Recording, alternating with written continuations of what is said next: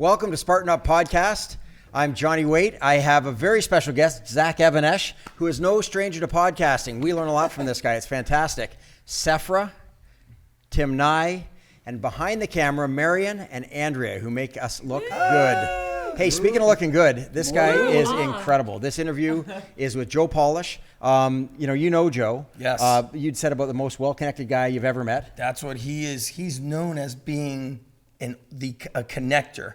If you want to meet somebody, you need to get in touch with Joe. And he has overcome some, amazing life challenges. And the stuff he's doing now is truly transformational. I think this could be one of the most inspiring Spartan Up podcast episodes ever. Hey, awesome. Pressure is on. Let's do it.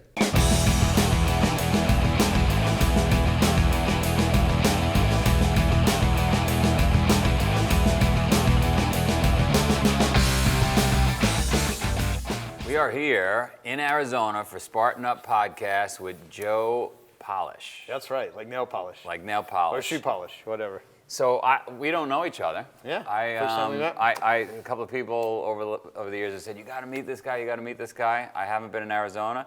I showed up in Arizona today, my shoulders dropped. I don't know what you guys got in the air here, but it works because I'm pretty relaxed. And I'm learning about you. You pulled out a Fortune magazine. Yeah. Joe is recognized in this magazine. Yep. As what do you do? It's this Genius Network. People pay like. Gosh, I do a lot of things, but I have the highest level discussion group for what I would call industry transformers and marketers in the world, meaning people that are at a certain income level. Some of the best people in the world at their category would be an industry transformer. You would be an example of that. Okay, right. You are the #1 guy in the world at what you do, right? An industry transformer. Yeah, so, but I'm not a big buzzword speak guy. I mean, there's certain analogies and things that I use, but yeah, I just get together with really incredibly bright, business people, and we figured it out. How'd the idea come about?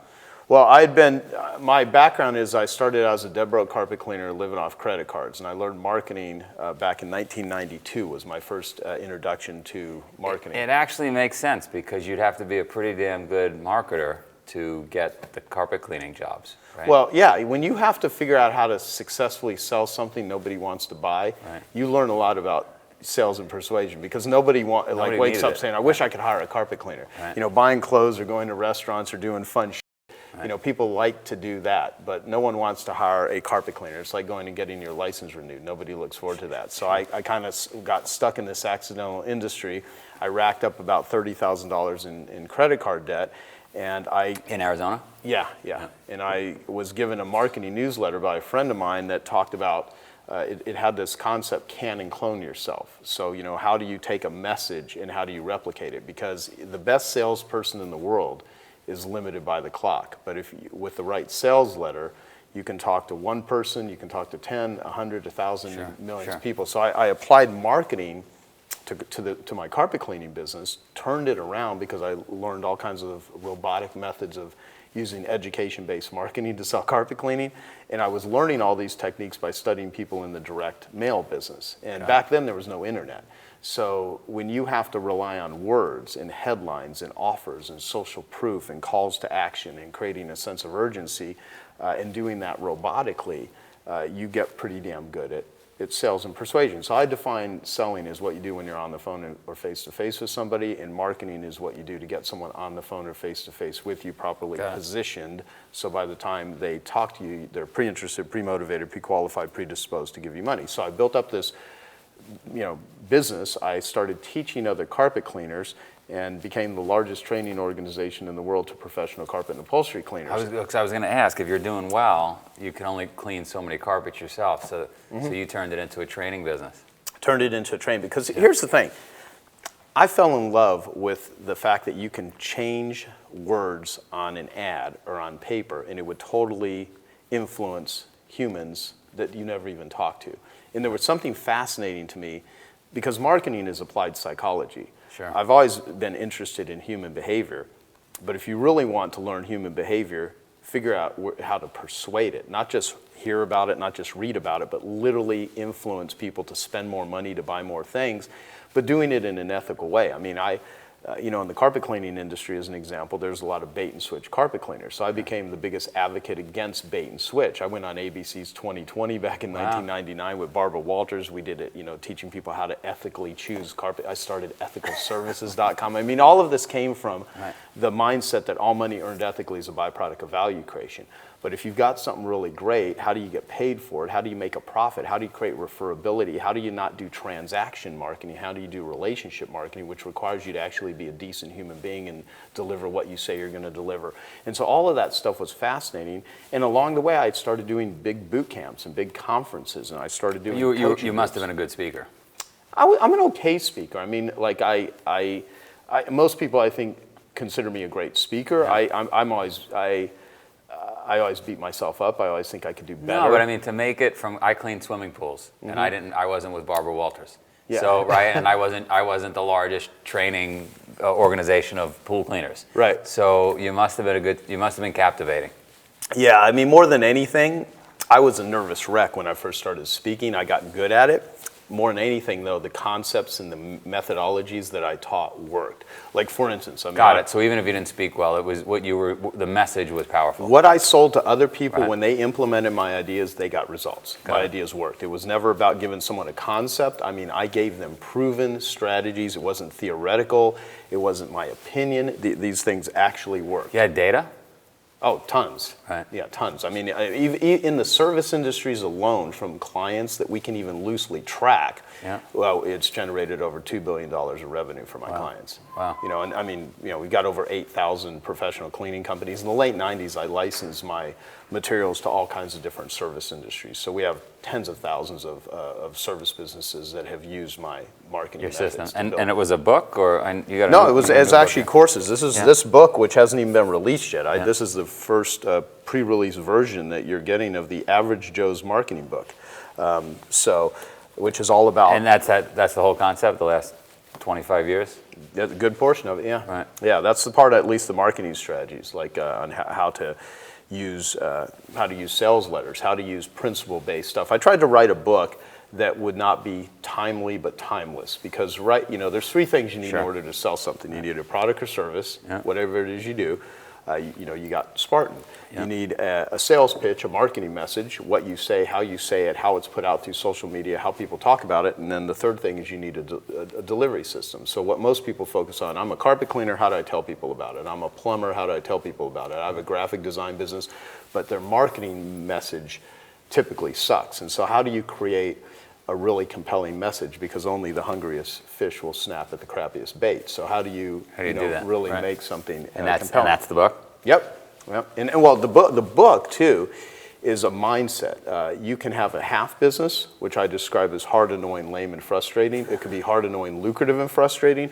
Or you can have an elf business, which is easy, lucrative, and fun. So rarely is anything in the beginning easy. I mean, I've had a lot of businesses. I've never had an elf business. It's never easy. Here's the thing. If you one of the most difficult things for entrepreneurs is how do you sell what it is you're selling? And if you can systemize and replicate that, because of all the different things in the company when it comes to profitability, the one areas that bring in the money are the sales and marketing divisions. And marketing is actually selling in advance. And so if you can systemize and automate how people buy from you, and if you have a team of salespeople, but you put out marketing messages that had people show up to your websites or to your events or to your store or to your clinic or whatever it is that someone does, that are properly positioned, again, pre-interested, pre-motivated, pre-qualified, and predisposed, it makes everyone's job a lot easier. So my whole thing is, how do you position yourself in advance? And the way I did it in carpet cleaning was, instead of running name, rank, serial number ads, who I am, what I do, phone number,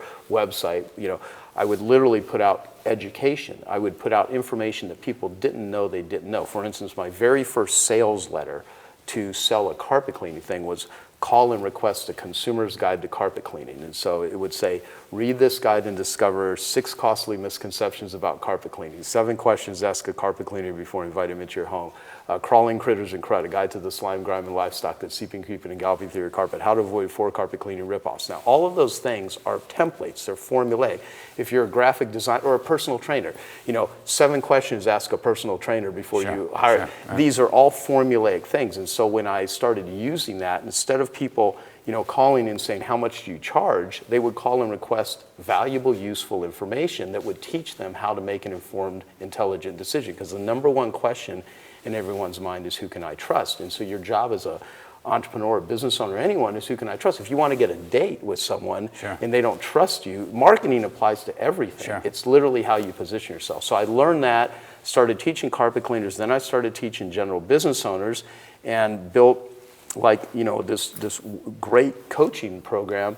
And one of my colleagues in the information publishing business, a woman by the name of Robin Robbins, who is currently the largest trainer for computer IT businesses on how to build and grow their companies, she hired me for consulting probably 12 years ago. And at the time I was charging $3,000 an hour. And so I had minimums of... It's more than a law firm. I'm 25 grand for half a day when I do consulting, and I try to talk. You gave me 4 hours here. This is big. I'm very interested in what you're doing, and I'm happy to do this. So, and I know what you're trying to do with helping a lot of people out there related to success and just helping them achieve. And so I get a big kick out of all of that. Same reason I do my podcast too. I just love putting information out into the world that, because think about how many people will watch this that I never have to talk to one-on-one because I couldn't. But you see, you're canning and cloning all these people that you're interviewing, and you're putting it out there, and you're adding value to the world. People don't need to buy anything. Does it brand your company? Of course. Does it allow you to learn things? Well, it's the same here. Same reason I do. Interviewing people is a great way to get perspective. I get these great sentences here and there, right? I feel like now I sound a lot smarter. And you've been amazing. I've been talking to you for an hour, and stuff just rolls off your tongue. You're like a computer. Yeah, well, I have very selective memory. If you ask me what was the movie I went to 2 nights ago, I couldn't describe it. But if you ask me about quotes, if you ask me about business things, I can. It just rolls right off your. Pretty amazing. I put a lot of work into it. Just like you. Anyone that knows something, there's a lot of hours behind this. So I started. Robin, she suggested. She goes, "Why don't you do a high-level group for info marketers?" And I said, "Well, like anything else, you have to build it, you have to deliver it, you have to package it. But if I did..." What's an info marketer? People that sell books and courses and coaches and stuff, which is what she was. She was in the information marketing business. A lot of people call it the expert industry now. But basically I said, well, if I did, what would you pay for it? She goes, well, shit, I just paid you $6,000 for 2 hours and I got tons of value out of that. I'd easily pay 25 grand a year. And so I repeated it back to her. I said, you would pay $25,000 a year if I did this? And she's like, yeah, and I would refer other people into it. And so I was like, let me think about it. So I thought about it for about a month. I talked to several of my friends that I usually would call them for advice. And I said, if I organized a group and facilitated really great discussions, would you join it if I charged 25 grand a year? And everyone I talked to said, yeah, I would do it. So I started Genius Network. That was when? Yeah, that was in 2000 and I think 2005, 2006. Either end of 2005, beginning of 2006. I can't even remember. But our first official meeting was in 2006. And so, how many people? 20 people at the time. Nice. And I thought that's all I was going to do. I was like, I'm just going to create my own school of industry transformers. You have badasses that I could meet with. I'll get paid half. You're going to learn something. Yeah, I'll get paid $500,000 a year for facilitating. It'll be a great school that I create for myself and create value for others, and I fell in love with it. Now it's one of my favorite things that I do. I do a lot of different things. You're still doing the other business as well, or no? Yeah, I still own that. I still own that training business, which is Piranha Marketing. Nice. And Genius Network, we now have 252 members in our $25,000 a year group, and then we have a thing called Genius X, which is what's in the Fortune magazine. Those are for the big guys, big girls. Well, they're all high-level people. So everyone has to have at least $1 million a year business to even join Genius Network. But yeah, I have a billionaire that's in the group. I have lots of people that are doing anywhere between 80 million to 500 million in sales. I've got some amazing entrepreneurs, and then a bunch of people that are $5 to $10 million businesses. And they meet once a year? No, in Genius Network they meet 3 times a year, two times in my office headquarters, 2 days at a time. And then once a year I have an annual event called Genius Network Annual Event. And that's where I've had Richard Branson, I've had bringing Tony speakers as well. Yes. Yeah, this year I have, Randy Zuckerberg from, Mark Zuckerberg's sister, and I had John Mackey from Whole Foods last year, and I get my friends from Shark Tank, Damon John and Kevin Harrington and, John Paul DeJoria. I've had all kinds And the goal is everybody gets smarter.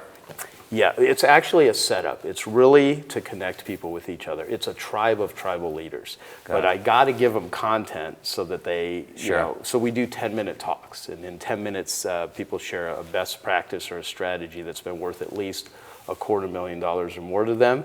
And they've got 10 minutes to do it. So every minute is worth $25,000. I like that. And so we do 10-minute talks. But honestly, my goal and objective is to just reduce suffering. Some of the hardest, most driven, high-achieving people are not viewed by the public in the light that I would prefer they view themselves, meaning if they make a lot of money, they don't get a lot of sympathy if they're going through personal problems. Sure. And as you know from running a company, you go to war. I mean, it's Every day. hard. Every day. It's hard. Yeah. And so the Even thing, when you're successful, you got to question that because it's a battle all day, every day. Mm-hmm. It is, and especially if you're, someone that's creating enormous value in the world. Because the definition of an entrepreneur was coined by a guy named John Baptiste Say. In 1804 was the first recorded use of entrepreneur. Was he the guy that invented paper money? Was that the same guy? No, I don't believe okay. so. Yeah, he's a French guy, and he just said there's a book called Millionaire. It might be. That sounds we're like an gonna interesting book. we're gonna connect on that. Awesome. Yeah. But he said it, an entrepreneur is someone that takes resources from a lower level of productivity to a higher level. Right. And so the way that I look at entrepreneurship is if you can take your thinking from one level to another level. I mean, if I think about what you're doing for people, there's probably things that you do that you do. If I looked at okay, someone entering a Spartan race, what is that going to do for their wherewithal? What is that going to do for their esteem? What is that going to do for their physical health? What is that going to do for their ability to take risks? What is that going to do for their relationships? What are all the byproducts of entering into your world when someone goes into that world and they start here and they go through it and let me ask you, what have you seen happen? Not just physically to people, but psychologically to people when they go through Spartan. So I get and I'm going to let you interview me too if we don't run out of 4 hours because I don't want to spend $25,000 for the interview. But it's the biggest thing is change of frame of reference. Mm-hmm. So and I get hundreds of emails daily, as I'm sure you do, that say I was an addict, I was getting divorced, I was overweight, I was leaving my husband or my wife, and I found Spartan, and it changed my life. And so you say to yourself, how could this obstacle race, this military-inspired obstacle race, really do all that? But it changes somebody's frame of reference. Yeah. And what I mean by that is if you and I had grown up in Eastern Europe and we faced some problems, let's say Wi-Fi didn't work on the airplane today, we wouldn't get upset. Yeah. Right? But if you grew up in a really cushy upbringing, you're going to be pissed off when Wi-Fi because your expectations are a lot higher. Yeah. So all we do is just strip away all those expectations, throw them literally in the mud, or just in a really up situation where they're broken. Yeah. They come out of it, the things that normally affect them don't seem as bad anymore. Yeah. So I don't know if that sounds crazy to you or not, but that's it in a nutshell. I mean, it steals you. I mean, it does things that will just, and again, I speak out of this from ignorance because I've never been in a Spartan competition, you know. But well, when this is done, we're gonna do 300 burpees. So okay. I cannot wait. I'm just excited about that. It'll be like downward dog. You'll be fine. It'll be like yeah, yoga. it's funny because I did. Here's like my take on this because I think So to finish this thought, I'll give you my take on what I was going to say. I try to look at everything through the lens of entrepreneurship. Like when most people think of innovation or taking resources from one level to another, it'll be like someone has an axe and someone invents a chainsaw, so they made a better invention. Well, whenever you can take the human mind from one level to another, you're being entrepreneurial. And there's a lot of ways to make money by selling shit that isn't all that useful, that is very damaging, that hurts people. Most of the stuff in the world. Yeah. Most of it, right? A lot of the food is garbage, the drugs, the people that are mired in addictive substances, the amount of companies that sell things that add zero value to someone's life, and some that actually kill people. And they're you can use business strategy, you can use ruthless negotiating, you can be very savvy about doing that, but that's not. When someone asks me what is success, because I know that's a question you ask a lot of people. One, yeah. I mean, I've thought about that a lot, and what success is to me is different than what it is to anyone else. My version of success, what's most important to me is, we go back to a conversation I had with an author named Poe Bronson years ago in a bookstore, and he's written a bunch of books, and he's interviewed all kinds of people, rich, poor, handicapped, athletes, famous, you name it. And he said, when you boil it down, what human beings want is more woo and less ah, Right. And I thought, that's it in a nutshell. Yeah, it's just, I want more woo and I want less ah, but the things that gives me woo, do I like money? Yeah, but not all money is created equal. My buddy Dan Sullivan, who's one of my best friends, he's coached more successful entrepreneurs than anyone in the world, someone you definitely should interview. He's in his 70s and he runs a program called Strategic Coach, and he talks about there's 5 ways to get paid. So, I used to always read these books of how much do you want to make per hour? What are you doing with your time? Schedule your time. Are you making that? And I would always find myself spending time with people that were interesting to me, but weren't the highest return on money. I mean, there were in activities that I would be like, I'm not very disciplined, or what the hell's wrong with me, and why can't I focus, and why? And what it boiled down to, when I learned this process, it's like there's other ways to get paid other than money. So the 5 ways to get paid.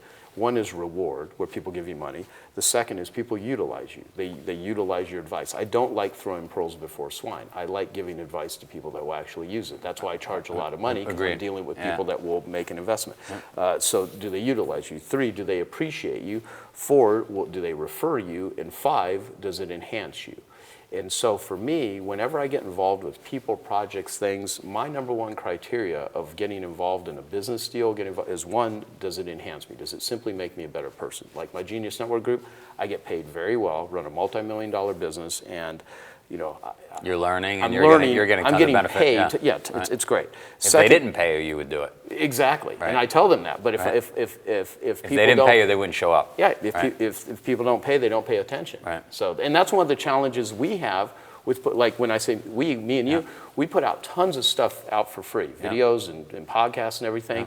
And if people actually had to pay for it, they would take it 10 times more serious. I got to interrupt you. I got a WhatsApp late last night, 2 in the morning, from a guy that's been asking for advice. Really good-looking guy, ripped, very smart, all the capabilities in the world.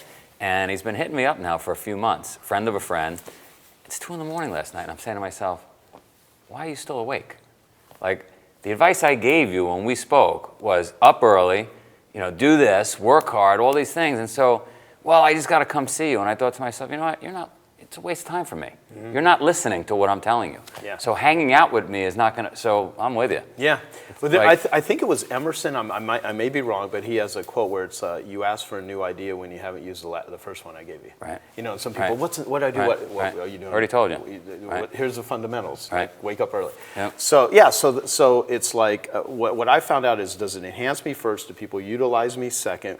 Do they appreciate me third? Do they refer me fourth? And do they pay me fifth? I'm a capitalist. I like money. I'm not going to get involved in business deals if there's not a profitability. Because The thumb is important. That was the last one. Exactly, the thumb. And so you got to be able to have profits in order to run an enterprise. You can't employ people. You can't put stuff out to the world. So that, however, like without the other things, I had a very famous musician join my group. I won't mention her name because it's kind of crude. How crude can I be on this? Crude as you want. Okay, so she was bitching about Hollywood, and she was bitching about a TV show. And this is world famous for it. Sold over 60 million albums. And she was like talking about how bad like the agencies and lawyers and people in Hollywood were, but she was doing the show for money. And I said, well, the problem with prostitution, the biggest problem with prostitution is when you got to suck the fat man's. And she looked at me like, you just said that. And I was with a group of people, and we have this whole thing on video and stuff.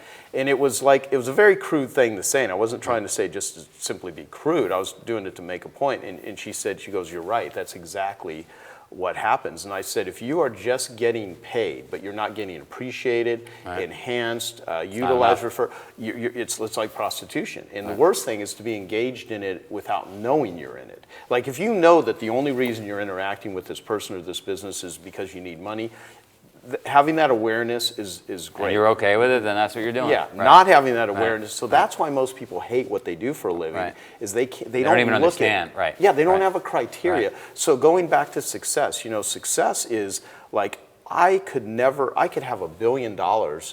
but if that money came from hurting people, if it came from extracting, causing suffering, selling a product that just was shit, I mean, I could never go to bed. So, there's a lot of things that I can't just tell you simply- how many potential partners or sponsors have approached us, but it's not healthy, and Yeah. I won't do it. Yeah. And you got to put that. You don't have to, but I put that line in the sand. It says because money's not worth it, Yeah. right? If you're going to be upset, then It isn't. No, Right. no amount of money is worth the mental anguish of guilt and shame and regret. And now again, I'm speaking for myself. Like there are certain people, success to them would be not only beat the competitor, but make them hurt. I mean, there's different people have a different criteria. Sure. For me though, success is like peace of mind. Sure. And I will tell you this though. If I had all the money in the world right now, I would put all of it towards the treatment and figuring out how to change the global conversation about how we view addicts, because that's one of the take a biggest- break. We're going to come back and talk about that because I wanted to talk about that. I hope you're not sitting still while you listen. If you are, you better get a burpee break in. Be sure to join us next week when our guest is Naval Ravikant, who is the CEO of AngelList. And what you're going to love about this guy drops so much real life wisdom in such an inspiring way. Honestly, this is life-changing stuff. So how do they make sure they see that? Well, you can listen to us on iTunes. You can watch us on YouTube. And on both of those, you can subscribe so you can make sure that you never miss getting to hang out with us each week. And look forward to seeing you guys next week. We'd also ask that you share it with all your friends. Be Sure. part of our mission. Rip people off the couch and change lives. We are back. I want to talk about artists for addicts. So tell me about this passion project. Well, Artists for Addicts, I was a terrible drug addict. When I was 18 years old, in my worst state, I weighed Pre-carpet cleaning. Oh, yeah, pre-carpet cleaning. So growing up, my mother died when I was 4. My father was tormented. He never remarried. He lost the love of his life. We moved every 2 years my entire childhood, raised Catholic, so there was a lot of guilt associated with that. I did not have good experiences in the Catholic Church. I was molested as a kid. I used to get paid money to not say anything about it. I was a super shy, introverted kid. Had my liking of sports ruined by a sadistic little league coach that forced me to hold the baseball bat in a certain way where I could never hit the ball. So it's interesting how certain experiences will shift the entire focus, goals, interests, and likings of your entire life. And so I don't have many memories of my childhood being all that pleasant. And so I was in a lot of fear and a lot of mental angst. You got out of it. You found drugs. I found drugs, and that made me outgoing. It allowed me to open up. There was a lot of fun times I had with it. The problem is, like the line. One line is, what is it? Wow. You haven't slipped on a saying yet. So. Yeah, I want to make sure if I'm going to use drug quote analogies, I get them right. Yeah, one line is too much, but the largest line is never enough. It's like the thing with addiction. It's either deprivation or excess. There's no middle ground. Sure. And so I found drugs, and I started, getting high every day, smoking pot. Then I started, speed, and then snorting crystal meth, and snorting cocaine, and then eventually freebasing, and I was a wreck. And I nearly died. I mean, I weighed 105 pounds at my worst state when I was 18 years old. So if you can imagine a 5'10" male that's 18 years old, weighs 100, it's pretty skinny. Pretty skinny. And that was at my worst state. And so, but on average, so I didn't lift weights, I didn't How exercise. does somebody come out of that? Like what? Like I removed myself from my environment. I mean, literally, you woke up one day and you said this, like, because that's a hard thing to get out of, right? I had a roommate that was living with me and my brother. Who my brother's 4.5 years older than me, and he busted into the apartment that we were living in. Like he literally just opened the door with a can of lighter fluid, losing his mind. And I was there with one of my friends watching TV in this small living room in this apartment complex, and he was just spraying lighter fluid everywhere over me, my friend. I mean, I had lighter fluid dripping off my eyebrows. I mean, it's all happened in like a few But seconds. he was out of his mind. This wasn't to straighten you out. This was He was high. Got it. And he showed up high as shit, and he was freaking out. And he pulled out a match. He's like, I'm gonna fucking torch this place. And I'm like talking him down, put it down. And like, that was it. I have got to get the hell out of here or I'm going to die. And I was in my worst state, and I literally packed up my pickup truck and I drove to New Mexico and lived in a trailer for 2 years and got sober. I removed myself from all my friends, all access to drugs. I ended up getting a job selling gym memberships after a few months. You're 20 years old then. I was like 19, late, 18, 19 years old, and so I ended up moving back when I was, almost 22 years old. But I'd gotten sober, and I started exercise. But here's what happened. When I moved to New Mexico, I got away from the environment, and every day I had to literally take aspirin or Tylenol just because the headaches and the withdrawals were intense, and it was grueling. What percentage of people could do it cold turkey like that? It depends on that's a tough question to answer from this standpoint. Is 20% of all Vietnam vets were shooting heroin during Vietnam, and the reason is because there were stricter laws on marijuana than there was on heroin. And when most of them came back and they weren't around the crazy environment of war, they just quit on their own. And so this whole notion that it hijacks the brain, well, it depends on the environment. If you shift the environment and there's no trauma attached to the person, and I've learned a lot of this through my friend Gabor Mate, who's considered one of the top addiction doctors in the world, is that a lot of people, if they don't have trauma in their childhood and they just happen to get into a binge and excess, like some people go to Vegas and they, hire hookers and they drink excessively and do drugs, and they come back and they don't have this compulsion to do it again. Other people can't stop. Sure. So what is the not being able to stop part? It's not about the drugs per se. It's about the stress. It's about the biochemistry of the person. So people that are full-blown addicts, very few. Without a community, without 12-step groups, without getting into the body, without doing trauma work, without learning how to breathe, without changing your diet, I mean, it's very rare. That's why there's such a huge relapse rate for people going through rehab centers and stuff. And again, I know more than the average bear about addiction, and I've done a lot of... How many addicts do you know the number of how many addicts in the United States? Well, it depends on the addiction. I mean, if, Well, almost all of us are addicted to something. Well, right? Maybe. I've heard that a lot, and a lot of people believe we're all addicted to something. The way that I would define addiction is doing something you don't want to do, or that you do want to do and not being able to stop, that has compulsivity attached to it and that has negative consequences attached to it. Certainly most people have something that is their thing, and most people have a vice, and it's very rare that, if you look at the thing that is most interesting to me today, I used to do drugs, and so when I quit doing drugs, something that helped, though, is when I removed myself from the environment, I started working out and exercising for the first time really in my life. And then I met someone there who actually ran a mental hospital, and I got a job as a mental health tech. And so when I went to this hospital, I used to drive the patients to AA meetings and NA meetings and CA meetings, Narcotics Anonymous, Cocaine Anonymous, and I would sit in on these meetings, never realizing later in life how instrumental that would be that's interesting. Now I quit doing the drugs, but my core addiction, which I didn't realize then, was sex addiction.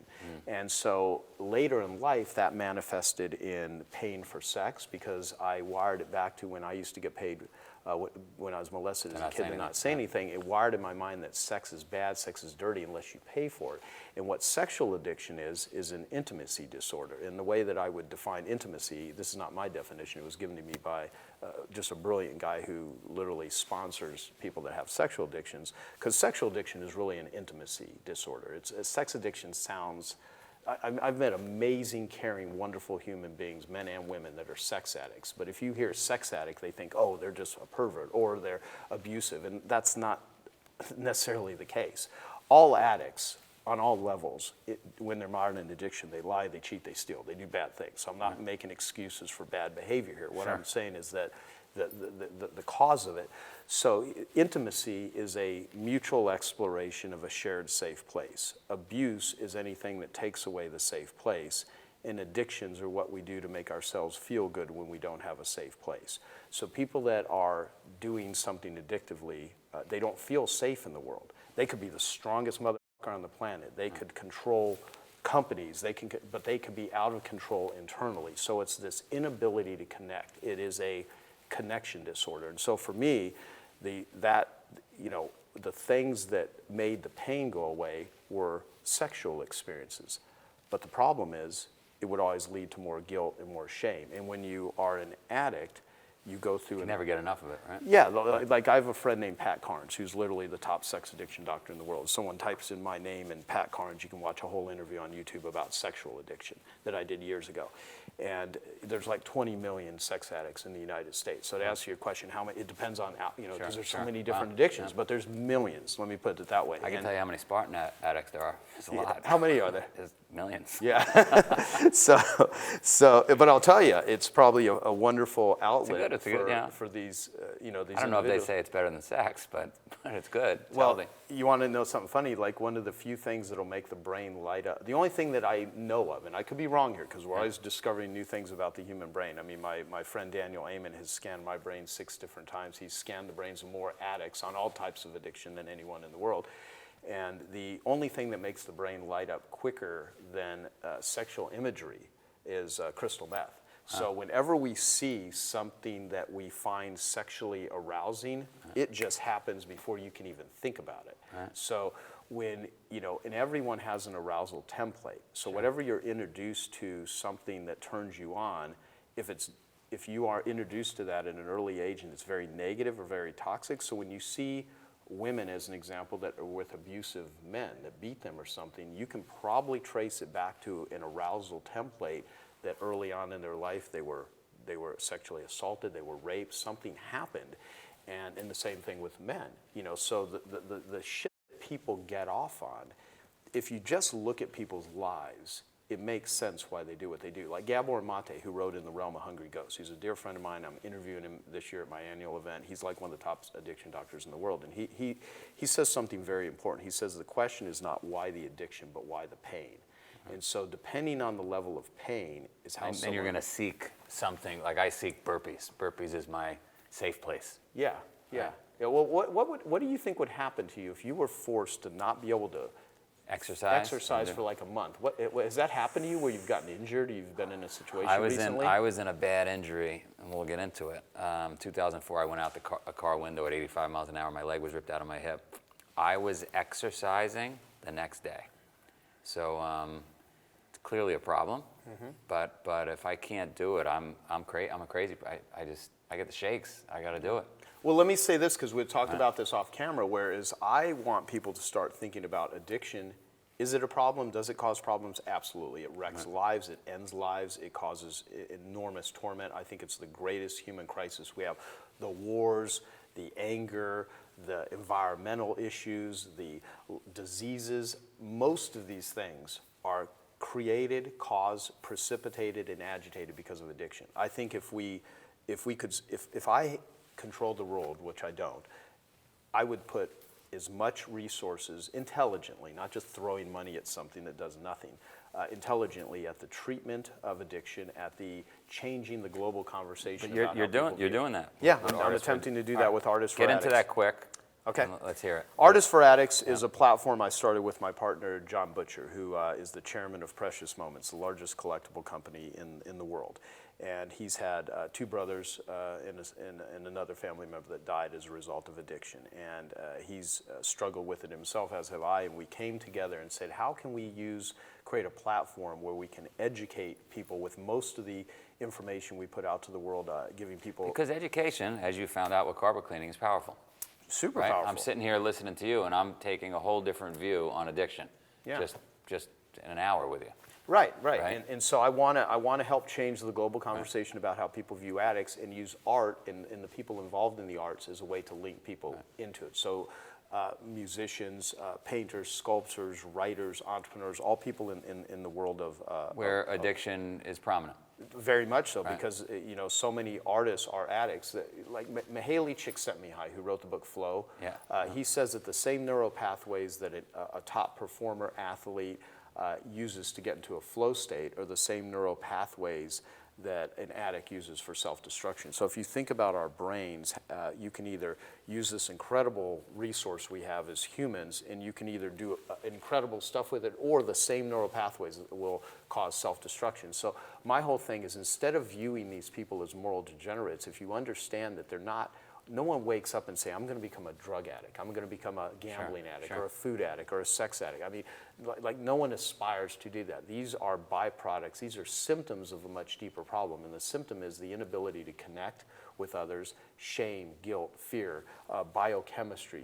And it's so much, not just addiction, depression, anxiety, mental illness, physical body pain. So much of the pain that people have, mental and physical, is repressed emotions. And so instead of viewing these people as these moral degenerates, and imprisoning them, like we were talking earlier off camera, 1% of the U.S. population is incarcerated. 80 to 90% of people that are incarcerated, drugs and alcohol were involved. Like, there are violent crimes. There are certain things that I'm not saying people should not have some sort of retribution. Something has to be done if someone does. However, most of the people that are in cages did not commit violent crimes. A lot of them, like, they're just hurt people, and we have the criminal justice system treating addiction when it needs to be a different industry that understands where it's coming from. So our goal with Artists for Addicts is to change the global conversation about how people view addicts, and to capture and record our research as we identify and find the best forms of treatment that has efficacy. So we're looking at everything from float pods to all forms of exercise. Spartan race. Yeah. I can't tell you how many emails we've received that people say, hey, I had this issue, I had that issue, and I don't have it anymore. Because I think people need to define themselves in some way. And so there are certain people that somehow find Spartan and define themselves with that. And I'm sure others define themselves with art or whatever it is, right? But you need something.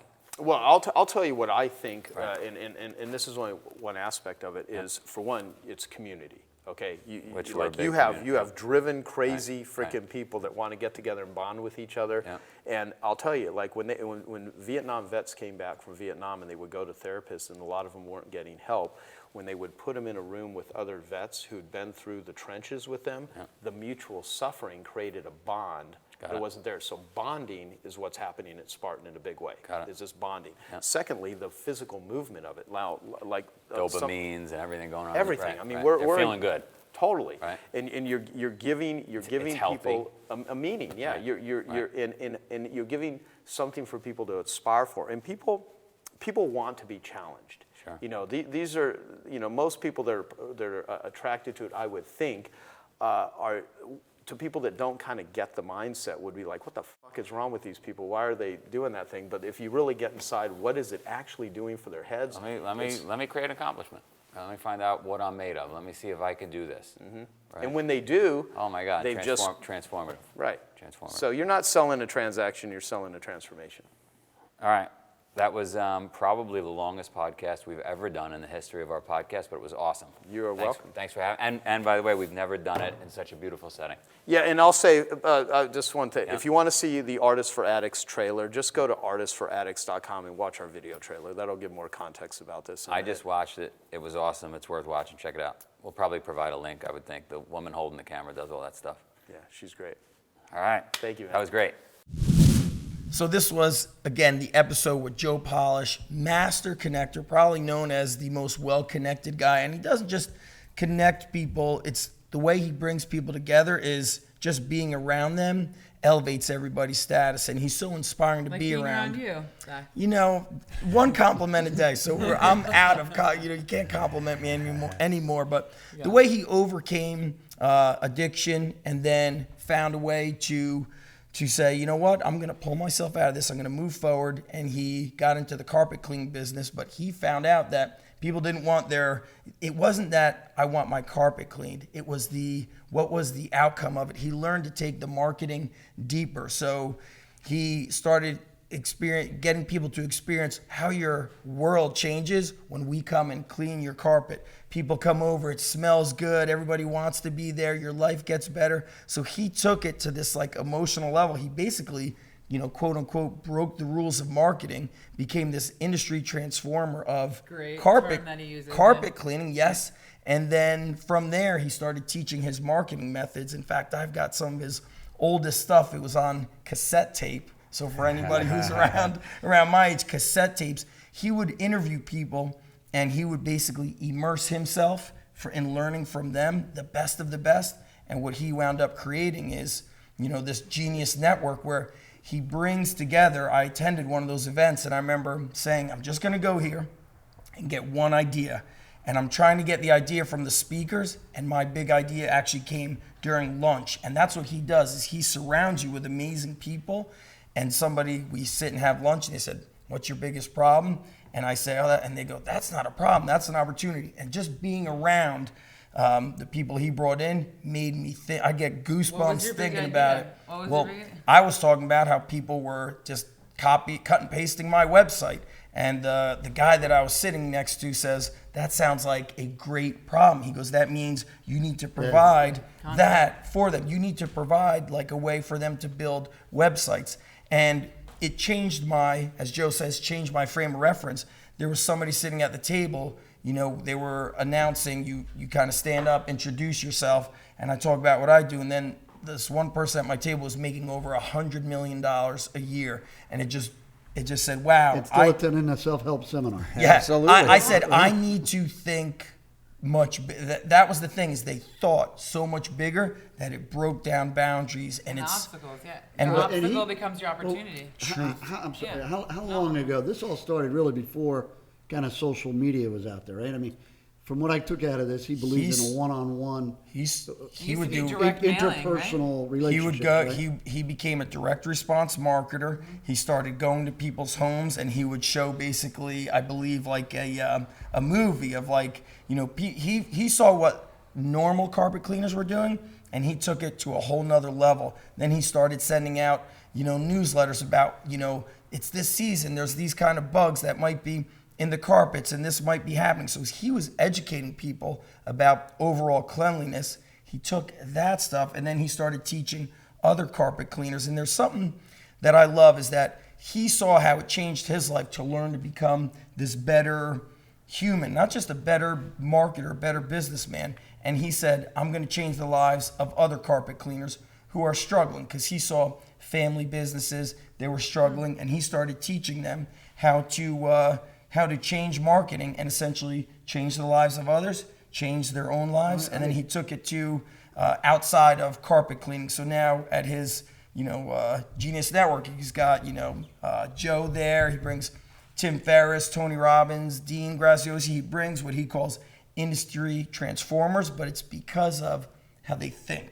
That's just when you mention those names, that's something really important for us to acknowledge, is that he also did a great service for us, bringing a lot of those people into our circle. I know a number of interviews that we've done recently that he set up, and so a huge thanks. I also wanted to mention that as you mentioned there, he's a big thinker. He doesn't just look at this picture. He looks at this picture and how can it expand out. And I loved when he talked about the 5 different ways to get paid. That it's not just about the money. It's about the connections, the acknowledgement, making you better along the way. But most importantly, how powerfully he communicates these ideas. He's such a clear, concise communicator, and really draws, like you said, the passion out of it. It's not just ABC. It's A, B. What does C do for me? Yeah, Incredible. That's when he was talking about the more woo. Yeah, less I. exactly. Yeah. I mean, he's a guy who wants that. He had at his seminar when I was there, he had an economist there who was one of, I think, the founders of one of these big fitness gyms, and they spoke about how they just surveyed people who had health problems, high blood pressure, overweight, and they found out why they don't go to the gym, what were the main issues, and they came up with all these common answers. I'm intimidated, I don't know what to do, it's too much money. So they created a business by surveying, I don't know how many hundreds of thousands of people, and they made the equipment user-friendly, they didn't have heavy weights, and they created something that people wanted. And it was amazing how forward thinking everybody was. And I always say success leaves clues. So I just started picking up. I said, You do say that a lot. Yeah. I I'm love learning it. Well, there's only a couple things. It's like, you know how Joe is live and die by the burpee? I'm thinking success leaves clues. Sure, Well, absolutely. I think the important part of marketing for any industry that you're in, right, is bringing the humanist aspect of it. So even though carpet cleaning seems like it's so esoteric and people don't really think about it, when you relate it back to your family's health and to, you know, just like the overall, once again, ecology of everything that has to do with carpet, whatever industry you're in, think about like what are actually all the effects on the family, on the person, on the individual, and then that can really help you have a more direct message that's actually like more emotionally impactful, which makes you have more loyalty to the product, right? Yep. But I think it's also important to talk about him because he's a great resource in terms of addiction, and he had a lot of really great kind of paradigm shifting ways to look at addiction and the relationship with addiction and how It's probably those carpet chemicals. yeah, no, but I mean, but it's true. I mean, like when you look at anything, sometimes you need to have that zoom out kind of eagle eye perspective on things to be able to. I think people be able to- relate to him because he always says, he goes, look, I was a dead broke carpet cleaner. I had drug addiction. Relatable. And he wants people to see, you know, I wasn't, you know, I didn't have this handed to me. The and struggle we're- is real. right? Correct. Sure. We're all capable, and he. I think he maybe says it to remind himself, like, okay, I might be on this platform or on this stage, and but I got here by just. It was, you know, as you said, the obstacle was actually my opportunity in hiding. Yeah, and you become like greater than the sum of your parts, right? When you bring those people in, because the potholes and the areas of intellect that you don't hold, they do, and ultimately, with that formation and with that network, with the Genius Network, then whatever you're doing, you become more successful. So as Joey says, you're the sum of your five best friends. Five average, five yes. average best friends, right? And so then you come into Joe Polish's world, and that's probably a pretty high number. I feel that it's all that similarity. The Spartans feel better when they're together. I'm sure that all those big thinking entrepreneurs. It's community and I camaraderie. and I bet when they're alone, you feel, wow, I'm thinking so big. Everybody's saying I'm crazy. I shouldn't do this. But then when you get around this Genius Network, they're like, hey, it's cool to be crazy. Well, yeah, the- yeah. Crazy changes the It's world. liberating to be around people who think like you. And- Yes. And you can learn from people who don't Don't think like obviously. you. Everything- but it gives you license when people Everything is have similar socially mindset. everything is socially contagious. If you're around people who all think that way, it's contagious. You're going to think that way. Just like if you go home and everyone's talking down and they're saying what you do is crazy and you shouldn't be thinking so big, as hard as you try and fight it, it pulls you the other way. So it is really important to keep yourself around people like that. I want to say, if Wait. you want to see more people like no, this, I have one more thing I have to say, Okay. Johnny. Say it. I just say one thing I have to say. When you're talking about the diversity of people and things, right? It just reminds you of the resiliency of a forest ecosystem, right? The strength. A monoculture, when you have all corn, is completely resistant to pest and disease. And when you're surrounding yourself by all the same thought and all the same things, you're really weak, actually. And a strong forest is when you have a ground cover, a shrub, a canopy, a vine layer, right? So when you have that diversity of intellect and thoughts, that same mycelium So I always it talk takes- about, it takes a you're a lot forest. stronger and a lot more resilient. So diversify your life. And then Johnny, where do we go? no, I want you to take us out because that's a great note. Okay, well, and if you want to continue to diversify your thought ecology, visit spartan.com/podcast, or where else, Johnny? iTunes, YouTube, Or subscribe, Wherever we can be found. wherever we can be found. Thanks so much. Cheers, Patow. Bye. Thank you for watching another epic story of success. If you like our message, please share Spartan Up with your friends and subscribe on iTunes, YouTube, or wherever you catch our show, maybe in the woods. Spartan Up is brought to you by Spartan Race. To find a race near you, visit Spartan.com.